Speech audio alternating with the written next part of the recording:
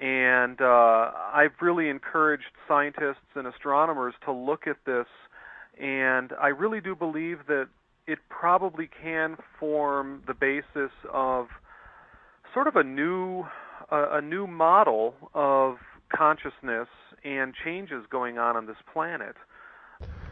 This, you have to look at this. The Mayans were in the New World, and the Old World was dominated by the Babylonian civilization and the Babylonian concepts of time, which are based on 12. The Mayan concept is based on 13. Before history, most people used a 13-month calendar. The Mayan prophecy that I decoded, the prophecy of Pakal Votan, who was buried in the tomb at Palenque, says that the means of changing the time is to go from the Gregorian 12-month calendar to go to the perfect harmonic perpetual 13-month 28-day calendar. The Mayans used that calendar among other calendars. The Aztecs used that calendar.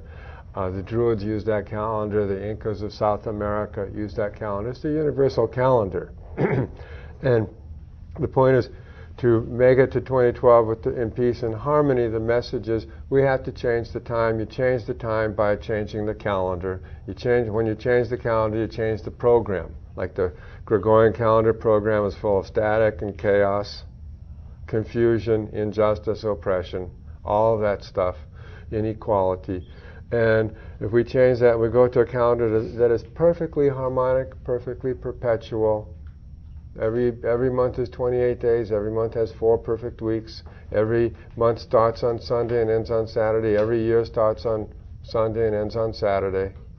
Then we reintroduce harmony as the fundamental program of our life.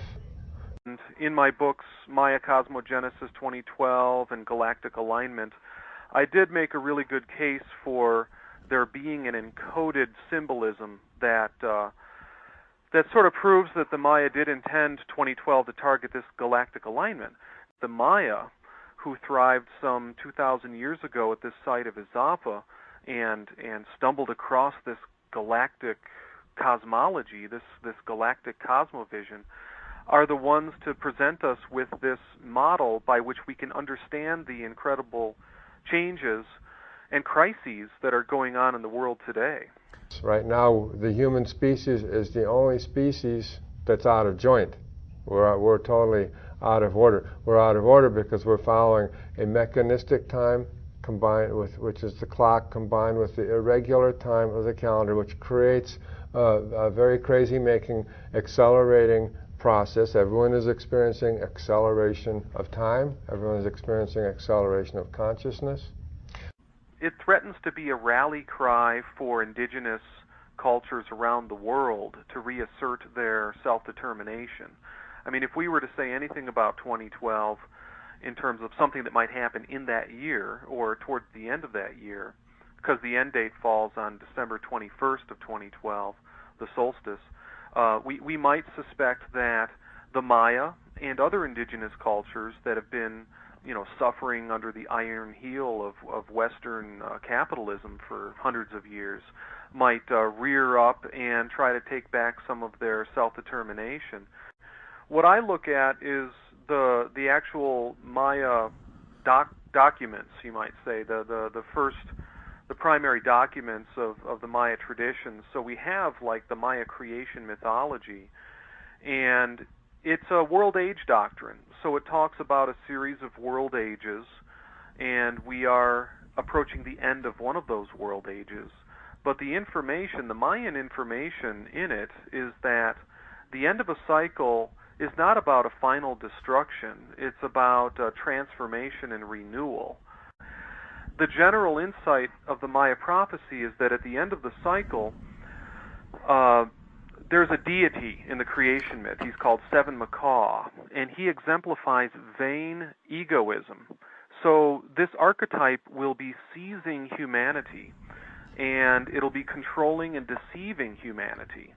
And this is the prophecy for the years leading up to 2012. And certainly, I certainly wouldn't have to convince you that we look around us and we look at world leaders that are just deceiving and controlling humanity and trying to keep people stuck and limited and keep them unconscious? What I'm going to show you here is the final terminus of the wave in 2012. Now remember, this is the same wave we've been looking at in all our discussion before, but finally the wave not only descends deep into novelty, it descends into the maximum possible depth of novelty, which is signified by the horizontal scale of the graph. In other words, and then it ceases. The wave is damped. If you think of the wave as an oscillation, well then this is its fixed point, and presumably its other fixed point is the birth of the universe. The Mayan calendar is one example of a different civilization, and they actually had a system of two calendars that worked together. One you may be familiar with. It's called the Tzolkin.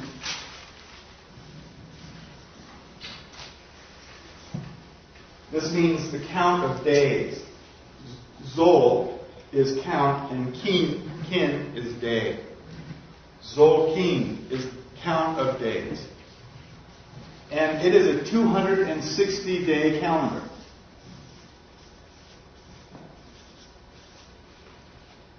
Now, that really threw these guys for a loop, these archaeologists. 260 days. Well, this calendar was the personal calendar of the Maya.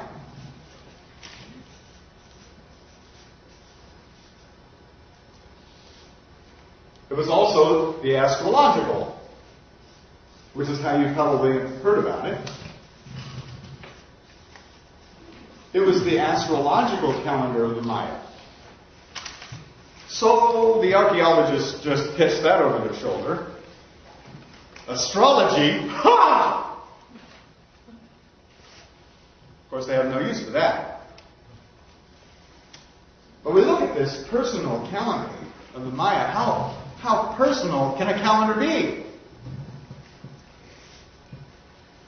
In this case, a person's first name, born as a Maya, was the day that they were born. Their first name. This was not a nickname.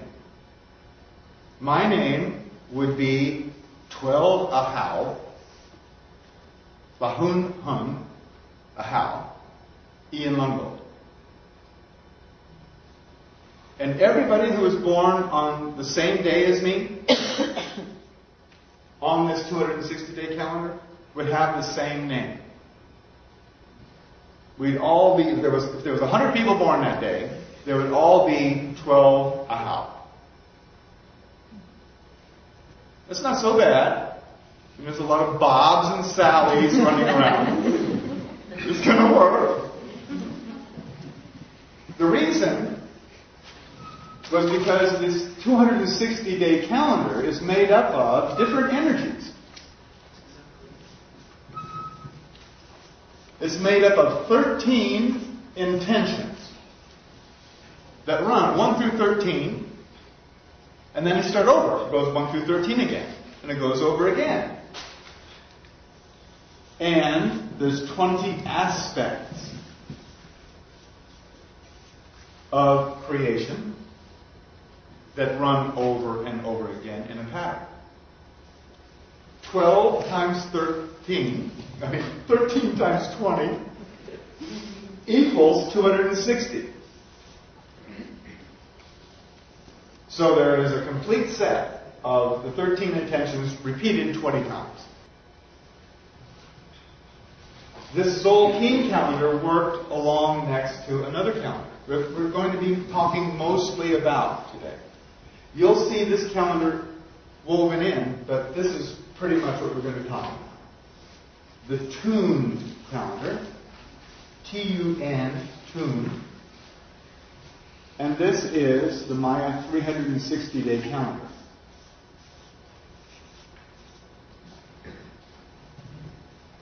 Now the Tun calendar was known as the divine or prophetic.